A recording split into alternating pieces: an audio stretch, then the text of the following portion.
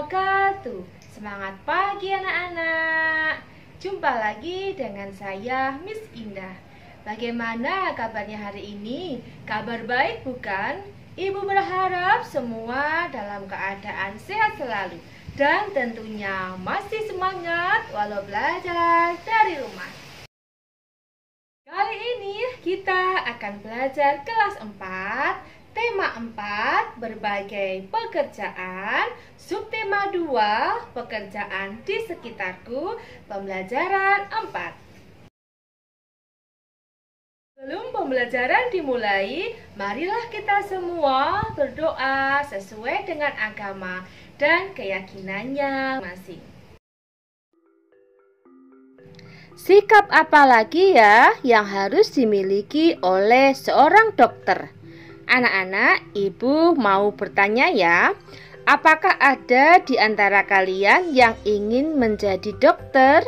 Lalu, tugas seorang dokter apa ya? Dan sikap apa yang harus dimiliki oleh seorang dokter? Seorang yang bekerja harus memiliki sikap melayani, disiplin, rendah hati, dan bekerja sepenuh hati. Kita bisa mempelajari nilai-nilai tersebut dari seorang dokter yang bekerja untuk masyarakat. Nah, di sini ada cerita tentang seorang dokter yang sampai saat ini terkenal. Hebatnya dokter kami. Ia adalah Dokter Rana. Seorang dokter muda yang sederhana dan terampil. Ayahnya mantan kepala desa kami yang telah meninggal dunia. Dokter Rana baru kembali ke desa kami 2 tahun lalu. Setelah 10 tahun lebih merantau ke kota. Ia memperoleh beasiswa di Fakultas Kedokteran dan setelah lulus ia praktek di Rumah Sakit Umum Kabupaten setelah lulus. Semenjak ia pulang dan praktek di Balai Kesehatan Desa, aku sering mendengar perbincangan warga yang heran atas keputusan Dokter Rana untuk kembali ke desa. Bukankah penghasilan sebagai dokter di kota jauh lebih besar? Pada ayahku, Dokter Rana bercerita bahwa cita-citanya menjadi dokter dulu muncul karena melihat kesadaran hidup sehat masyarakat desa yang sangat rendah. Sungai dipakai untuk mandi, mencuci, lalu airnya dikonsumsi. Hasil bumi dan peternakan tidak dimanfaatkan untuk membentuk pola makan sehat. Warga lebih suka menjualnya ke kota dan uangnya dipakai untuk membeli makanan instan. Selama praktek di kota, Dokter Rana terbayang terus kondisi desanya. Ia merasa bahwa seharusnya ilmu yang dimilikinya sebagai seorang dokter bisa bermanfaat untuk kampung halamannya sendiri. Jadi Pak Andri, saya ini pulang untuk memenuhi niat saya ketika menerima beasiswa, yaitu menyejahterakan warga desa tempat saya lahir dan dibesarkan, ujar Dokter Rana pada ayahku. Sejak pulang, Dokter Rana memang aktif membina para remaja dan keluarga muda. Ia memberikan penyuluhan tentang pentingnya mencuci tangan, memasak air, pola makan sehat, dan imunisasi. Baginya, generasi muda adalah perantara terbaik untuk menyampaikan misi meningkatkan kesadaran hidup sehat masyarakat desa. Sebagai anak kepala desa, Dokter Rana sering mendengar cerita almarhum ayahnya bahwa warga takut berobat karena tidak mampu membayar. Tak ingin hal itu terjadi, maka diumumkannya bahwa warga dapat membayar jasanya dengan sampah. Ya, sampah. Sampah kering jenis apa saja yang bisa didaur ulang. Botol plastik, botol kaca, koran bekas, bahkan kemasan bekas diterima oleh Dokter Rana. Cara ini membuat warga aktif dan bijak mengelola sampah. Sungguh kreatif dan cerdas cara Pak Dokter mendidik warga. Seperti mendiang ayahnya, Dokter Rana menjadi sosok yang dicintai warga desa. Ia menjadi teladan melalui dedikasi, tanggung jawab, dan kerendah hatiannya dalam menolong warga. Apabila aku besar nanti, aku ingin seperti Dokter Rana. Akan ku kejar cita-citaku menjadi guru dan aku akan kembali untuk membangun kampung halamanku.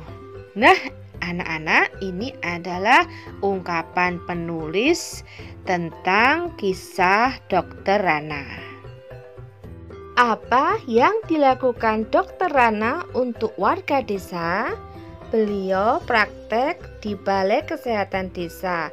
Warga yang berobat dapat membayar jasanya dengan sampah. Mengapa Dokter Rana melakukan itu? Menurut ayahnya, banyak warga yang takut berobat karena tidak mampu membayar. Apa dampak dari hal yang dilakukan Dokter Rana bagi masyarakat? Dampak tindakan Dokter Rana, warga menjadi berani berobat dan warga aktif dan bijak mengelola sampah.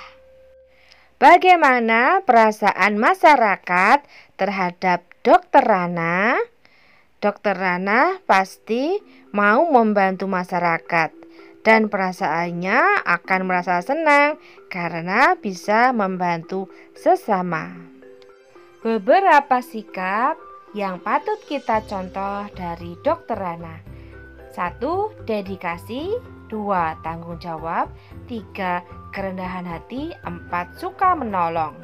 Dedikasi yang ditunjukkan Dokter Rana patut kita contoh walaupun beliau merantau jauh, namun lebih memilih membangun kampungnya. Dan dia juga bertanggung jawab dalam meningkatkan kesadaran hidup masyarakat desa.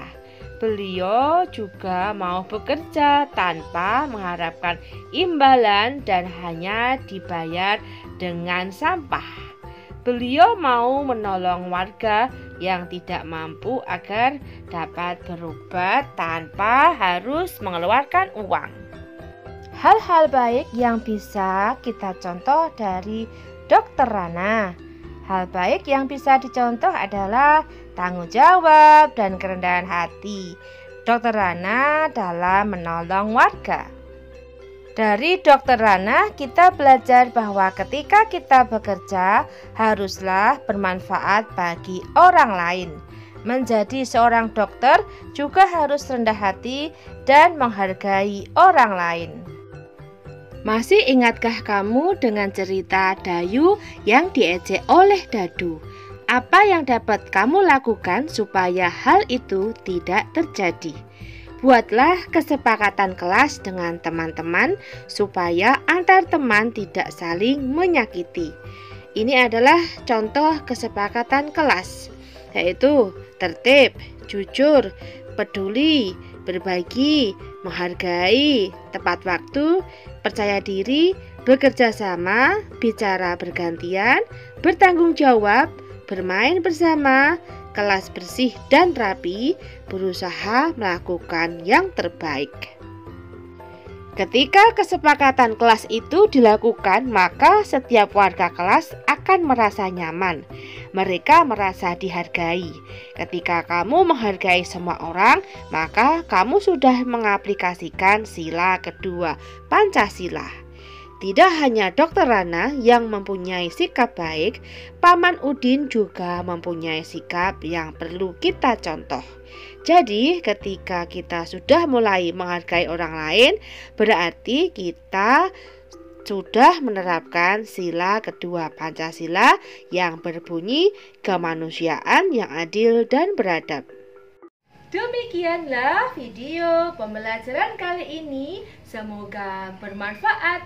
Jangan lupa like, comment, and subscribe-nya ya. Bye-bye. See you tomorrow. Wassalamualaikum warahmatullahi wabarakatuh.